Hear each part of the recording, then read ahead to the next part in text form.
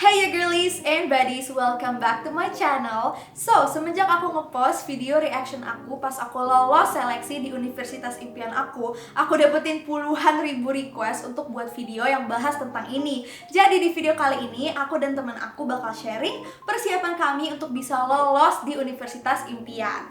Nah, jadi teman aku yang bakal ikutan sharing di video kali ini siapa lagi kalau bukan Zahid Asmi Ibrahim. Hai Olive, thank you for having me. Hai teman-teman, namaku Zahid, aku juga punya channel YouTube. Di channelku aku bahas tips belajar dan juga mendokumentasikan hidupku sebagai seorang mahasiswa. Thank you so much untuk Zahid yang udah mau sharing bareng aku di video kali ini. Alhamdulillah aku keterima di University of Toronto, universitas terbaik di Kanada. Sedangkan Zahid keterima di Institut Teknologi Bandung, universitas terbaik di Indonesia. Jadi tips-tips yang kami bakal sharing di video kali ini tuh berdasarkan pengalaman pribadi kami yang insya Allah bisa menginspirasi dan bermanfaat bagi kalian yang lagi ngejar cita-cita atau impian kalian masing-masing. Nah, kalau video ini banyak yang nge-share dan likes-nya mencapai 30.000, aku bakal mulai series di YouTube channel aku yang bahas tentang tips daftar kuliah dan beasiswa sekaligus collab bareng pelajar-pelajar keren lainnya.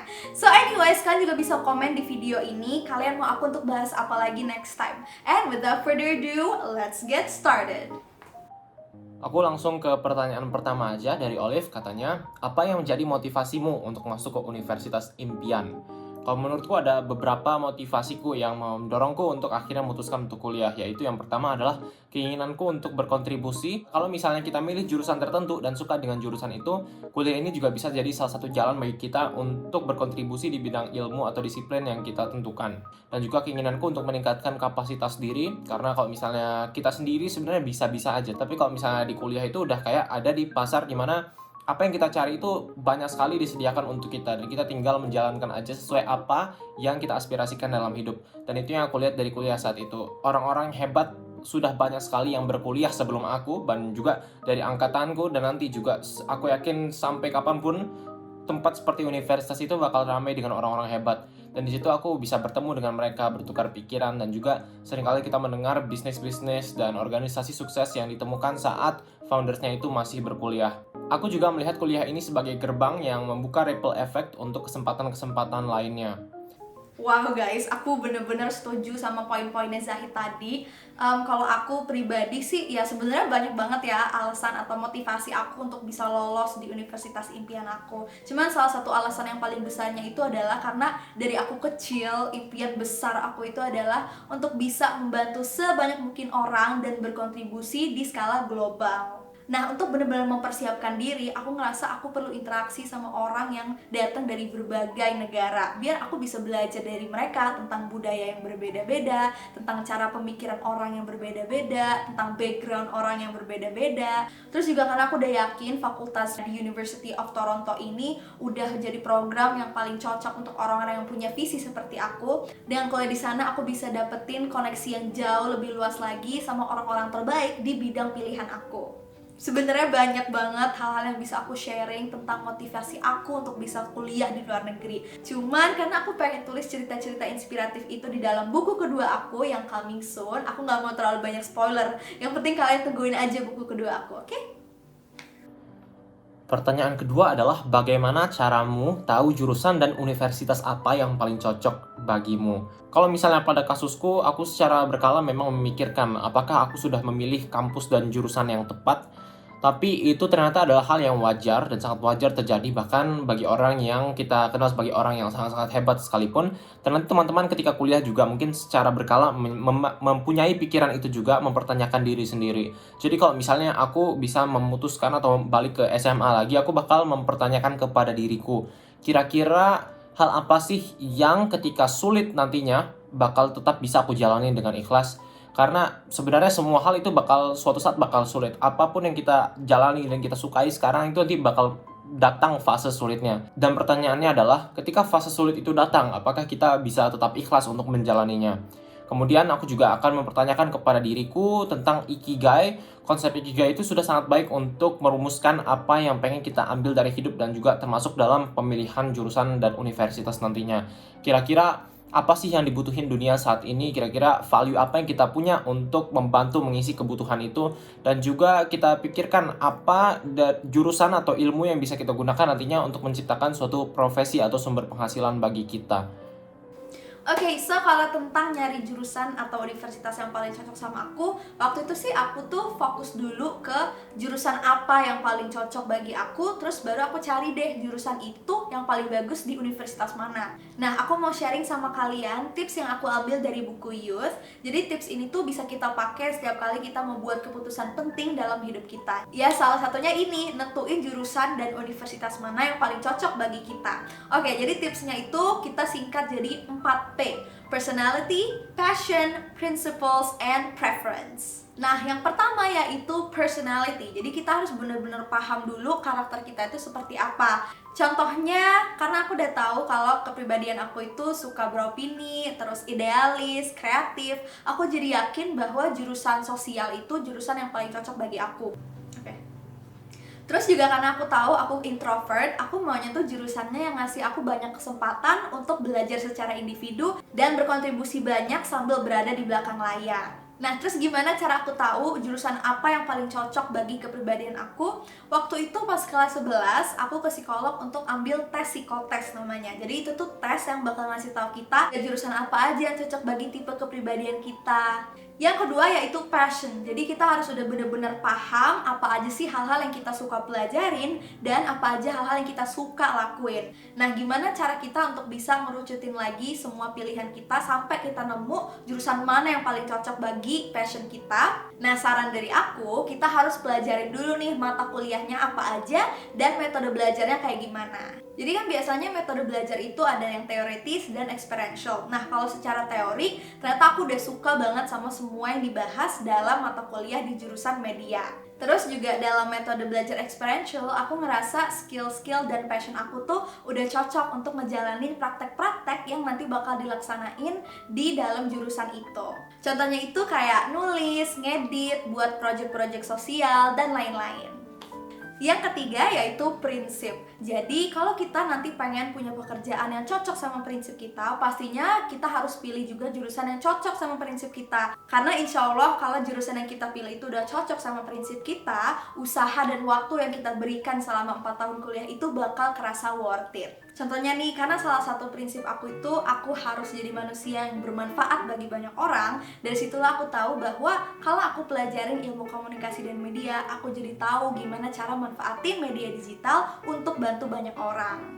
Terus juga karena salah satu pekerjaan impian aku itu adalah untuk jadi duta, dari situlah aku yakin bahwa kalau aku pelajarin ilmu komunikasi dan media, insya Allah aku bakal belajar gimana cara mewakilkan suara banyak orang. Kalau tips dari aku, waktu itu sih aku tuh pas lagi nentuin jurusan dan universitas mana yang aku pengen pilih, aku lihat juga sukses story dari alumni-alumninya yang sekarang udah berkarir. Jadi aku cari informasi tentang rata-rata pekerjaan apa sih yang sekarang dijalanin sama alumni-alumni itu. Terus juga kalau kalian punya role model atau idola, kalian juga bisa pelajarin dulu tuh jurusan apa sih yang mereka ambil, apa sih yang mereka pelajarin. Siapa tahu kalian bisa dapet inspirasi tentang jurusan atau universitas apa yang kira-kira cocok sama kalian.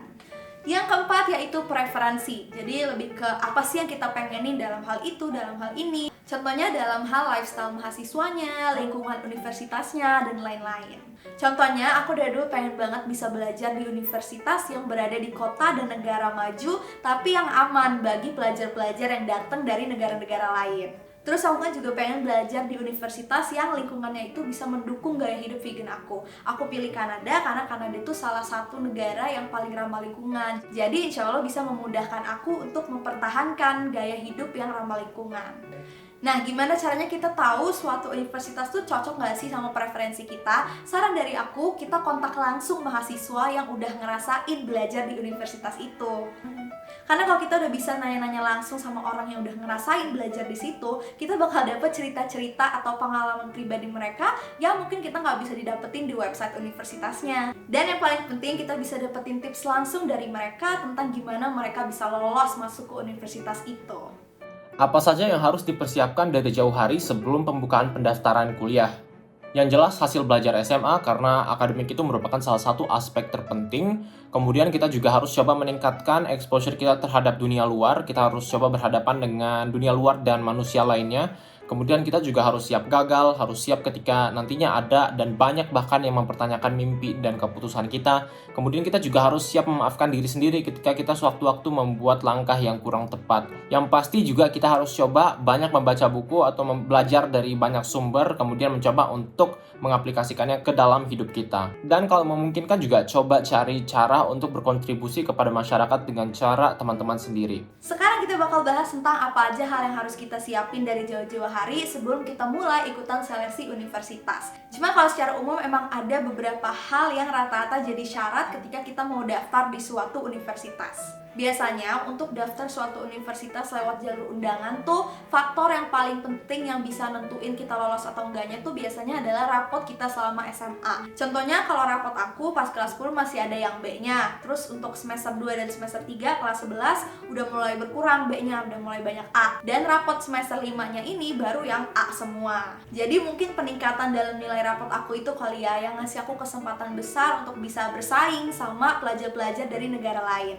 Nah, rapot semester berapa aja sih yang kita perluin? Itu tergantung sama universitasnya. Aku saranin kalian riset dari sekarang. Di universitas impian kalian itu nantinya dokumen rapot semester berapa sih yang harus kalian kumpulin biar nantinya nggak ada penyesalan di akhir. Yang kedua yaitu kegiatan sosial dan pengalaman kalian dalam berorganisasi. Sebenarnya banyak universitas yang bukan cuma ngelihat kita dari prestasi akademik doang, tapi ngelihat juga kontribusi kita terhadap komunitas kita. Jadi aku saranin kalian mulai secepat mungkin untuk berkontribusi, baik itu dalam komunitas sekolah kalian, atau dalam skala nasional ataupun internasional. Contohnya dimulai dari lingkungan yang paling kecil di sekolah, aku berkontribusi dengan cara jadi ketua English Club. Terus dalam skala nasional, aku jadi co-founder organisasi Arise a Rose. Dan dalam skala internasional, aku ikutan gerakan-gerakan sosial yang dilaksanain oleh organisasi sosial kayak UNICEF dan WWF. Sebenarnya tuh kalau kita mau daftar jalur undangan ya di luar negeri apalagi itu biasa kita perlu nulis banyak banget esai. Itu tuh bakal menguji seberapa tahunya sih kita tentang diri kita sendiri. Bakal ditanya tentang pengalaman-pengalaman kita di masa lalu, terus kegiatan kita sekarang apa aja, rencana kita untuk masa depan kayak apa sih. Contoh pertanyaan esai yang udah aku tulis itu, what's the most important thing in life and why? What are your passions in life and why? What are the contributions you've made in the past and what did you learn from the experience? And what are your future plans? Next yaitu dokumen-dokumen tambahan kayak prestasi non-akademik dan skor IELTS atau TOEFL. Nah ini juga setiap universitas biasanya dokumen tambahannya beda-beda. Ada yang perlu IELTS, ada yang nggak perlu. Terus juga ketentuan minimal skor IELTS-nya berapa juga beda-beda untuk setiap universitas. Terus juga ternyata kalau di pengalaman aku daftar-daftar ya rata-rata universitas yang aku daftarin itu tuh nggak minta aku untuk ngumpulin prestasi non-akademik. Terus juga banyak yang nanya, kita tuh nanti perlu nggak sih ngumpulin skor GRE, ACT, SAT? Well, itu juga tergantung sama universitasnya. Mungkin kalau kalian daftar di Universitas Amerika misalnya, mungkin perlu. Cuman kalau di universitas-universitas yang kemarin aku daftarin, nggak perlu. Yang diperluin tuh bener-bener yang paling penting itu ya rapot SMA. So, strategi aku dalam bidang akademik itu udah aku sharing di videonya Zahid. Karena di channelnya Zahid aku juga buat video kolaborasi. Kalau kalian pengen tahu strategi aku, penjelasannya, caranya gimana, kalian tonton videonya. Klik link yang ada di description box. Sebelumnya, thanks Olive. Memang banyak sekali tips belajar di luar sana yang fancy dan sudah dibuktikan oleh sains dan riset ilmiah.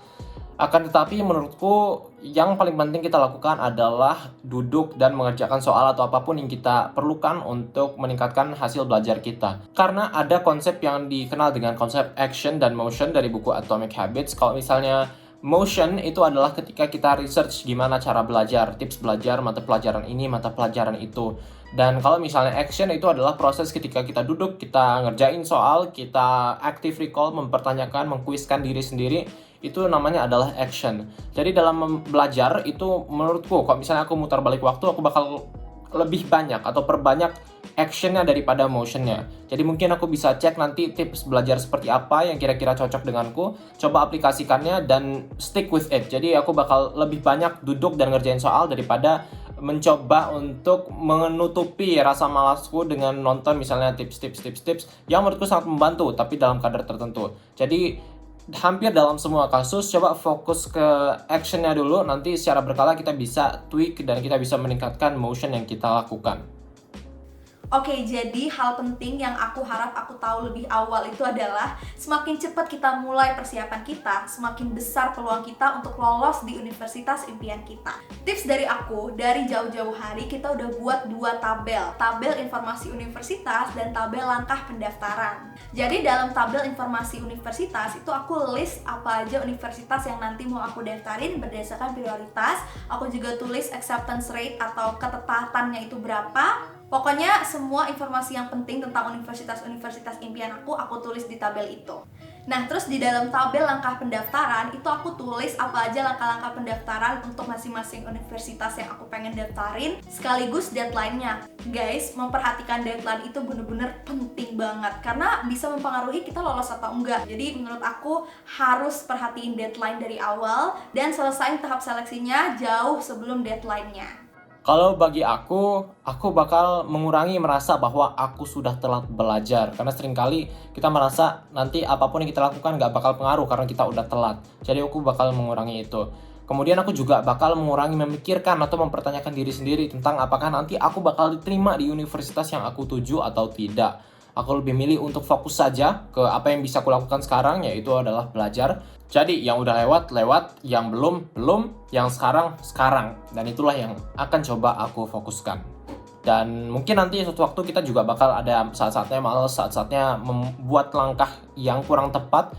Dan kalau misalnya itu terjadi, cepat-cepat maafkan diri sendiri dan langsung kita lakukan apa yang harus kita lakukan. Karena seringkali kalau misalnya kita udah buat kesalahan, ya nanti jatuh ke siklus itu lagi. Kita membuat kesalahan, kita merasa ya udah apa yang kita lakukan nggak bakal pengaruh lagi. Padahal langkah kecil apapun itu pengaruh, dan mungkin emang bukan satu langkah itu. Tapi ketika satu langkah itu kita lakukan ratusan atau ribuan kali, barulah itu akan menciptakan sesuatu yang luar biasa.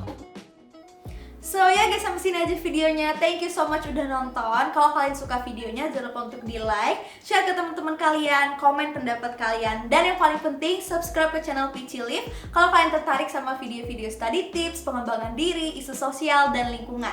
Dan jangan lupa juga untuk subscribe channelnya Zahid Asmi Ibrahim karena konten di YouTube channelnya itu benar-benar bermanfaat bagi pelajar.